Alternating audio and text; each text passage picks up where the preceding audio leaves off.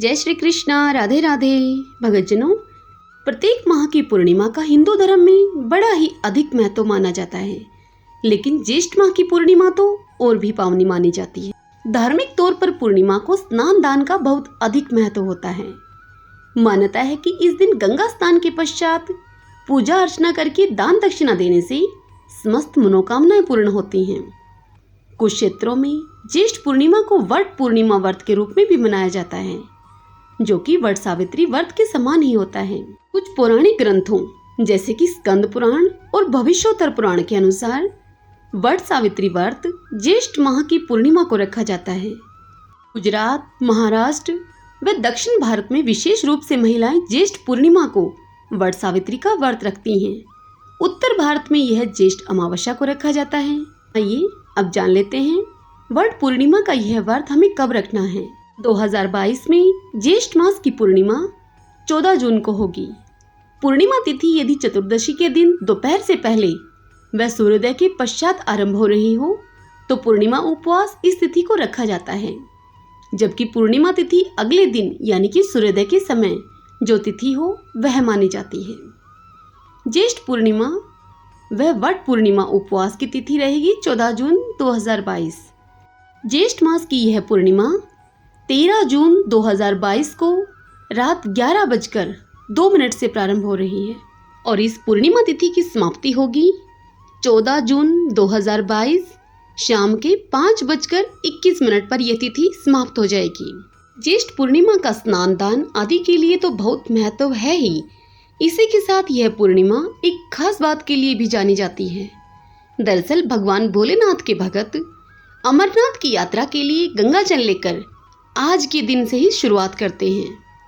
आइए अब ज्येष्ठ मास की पूर्णिमा व्रत की पूजा विधि जान लेते हैं। ज्येष्ठ पूर्णिमा को वट पूर्णिमा व्रत के रूप में मनाया जाता है, इसलिए वट सावित्री व्रत पूजा विधि के अनुसार ही वट पूर्णिमा का व्रत किया जाता है। इस दिन वट वृक्ष की पूजा करने का विधान है। वट वृक्ष के नीचे ही सुहागिन स्त्रियां सत्यवान सावित्री की कथा भी सुनती हैं। इस दिन बांस की 2 टोकरियां ले लें। एक टोकरी में 7 प्रकार का अनाज कपड़े के 2 टुकड़ों से ढककर रखा जाता है। वहीं दूसरी टोकरी में मां सावित्री की प्रतिमा रखी जाती है, जिसके साथ धूप, दीप, अक्षत, कुमकुम, मौली आदि पूजा सामग्री भी रखते हैं। सावित्री की पूजा करके वट वृक्ष को 7 चक्कर लगाते हुए मूली के धागे से बांधते हैं। इसके पश्चात इस व्रत की कथा सुनते हैं। इसके पश्चात किसी योग्य ब्राह्मण या फिर किसी गरीब जरूरतमंद इंसान को श्रद्धा के अनुसार दान दक्षिणा दी जाती है। प्रसाद के रूप में चने व गुड़ का वितरण किया जाता है। आइए अब वट सावित्री अर्थात ज्येष्ठ मास की पूर्णिमा की व्रत कथा सुनते हैं।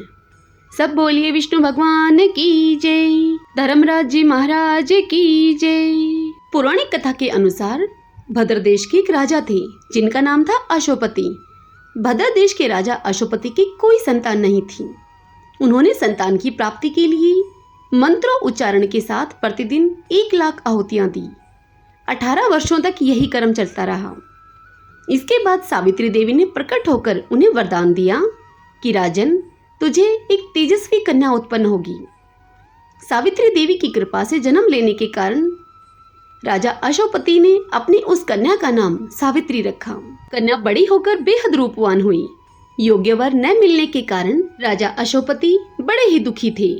उन्होंने अपनी कन्या सावित्री से कहा कि पुत्री, तुम अपना वर स्वयं तलाश कर लो। और यह कहकर, यह आज्ञा देकर उन्होंने अपनी पुत्री को वर तलाशने के लिए भेज दिया। सावित्री वर की तलाश में तपोवनों में भटकने लगी। वहां शाल्व देश के एक राजा धुम्मतसेन रहते थे। क्योंकि उनका राज्य किसी ने छीन लिया था, उनके पुत्र सत्यवान को देखकर सावित्री ने पति के रूप में उनका वरण कर लिया। ऋषिराज नारद जी को जब यह बात पता चली तो वह राजा अशोपति के पास जा पहुंचे और उनसे कहने लगे कि हे राजन, यह क्या कर रहे हैं आप? सत्यवान गुणवान है, धर्मात्मा है और बलवान भी है, पर उसकी आयु बहुत छोटी है। वह अल्पायु है। 1 वर्ष के बाद ही उसकी मृत्यु हो जाएगी। ऋषिराज नारद की यह बात सुनकर राजा अशोपति घोर चिंता में डूब गए। सावित्री ने उनसे इस बात का कारण पूछा तो राजा ने कहा कि हे पुत्री, तुमने जिस राजकुमार को अपने वर के रूप में चुना है वह अल्पायु है। तुम्हें किसी और को अपना जीवन साथी बना लेना चाहिए। पिता के मुख से सावित्री ने जब यह बात सुनी तो वह अपने पिता से बोली कि पिताजी, आर्य कन्याएं अपने पति का एक ही बार वर्ण करती हैं। राजा एक ही बार आज्ञा देता है और पंडित एक ही बार प्रतिज्ञा करते हैं और कन्यादान भी एक ही बार किया जाता है। सावित्री हट करने लगी और बोली, मैं तो सत्यवान से ही विवाह करूंगी। तब राजा अशोकपति ने अपनी पुत्री सावित्री का विवाह सत्यवान से कर दिया। सावित्री अपने ससुराल पहुंचते ही सास ससुर की सेवा करने लगी। समय बीतता चला गया। नारद जी ने सावित्री को पहले ही सत्यवान की मृत्यु के दिन के बारे में बता दिया था। वह दिन जैसे जैसे करीब आने लगा, सावित्री अब अधीर होने लगी। उन्होंने 3 दिन पहले से ही उपवास शुरू कर दिया। नारद मुनि के द्वारा कथित निश्चित तिथि पर पितरों का सावित्री ने पूजन किया।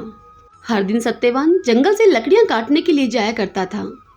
हर दिन की ही तरह उस दिन भी सत्यवान जंगल से लकड़ी काटने के लिए चले गए। उस दिन सावित्री भी उनके साथ गई। जंगल में पहुंचकर सत्यवान लकड़ी काटने के लिए एक पेड़ पर चढ़ गए। तभी उनके सिर में तेज दर्द होने लगा। दर्द से व्याकुल सत्यवान पेड़ से नीचे उतर गए। सावित्री अपना भविष्य समझ गई।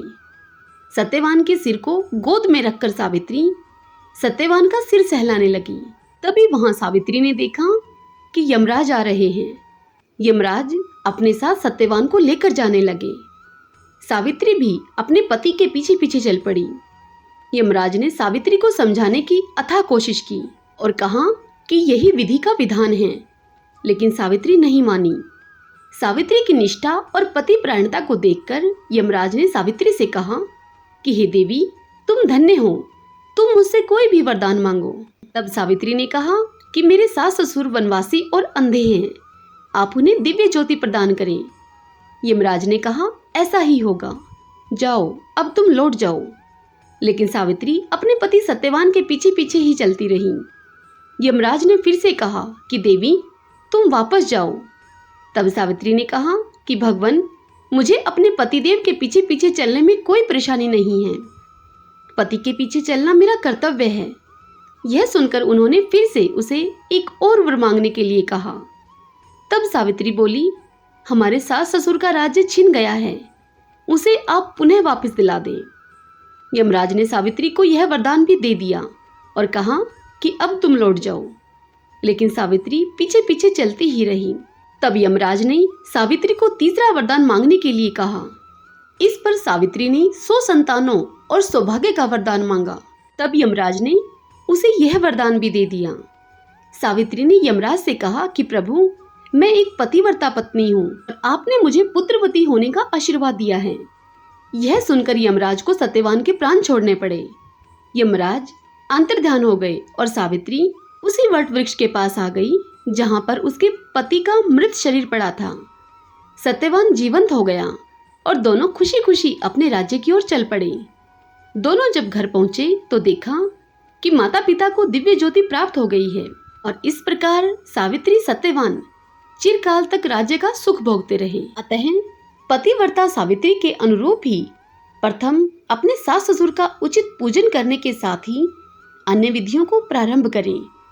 वट सावित्री व्रत करने और इस कथा को सुनने से उपासक के वैवाहिक जीवन या जीवन साथी की आयु पर किसी प्रकार का कोई संकट आया भी हो तो वह टल जाता है। सब बोलिए विष्णु भगवान की जय, धर्मराज जी महाराज की जय।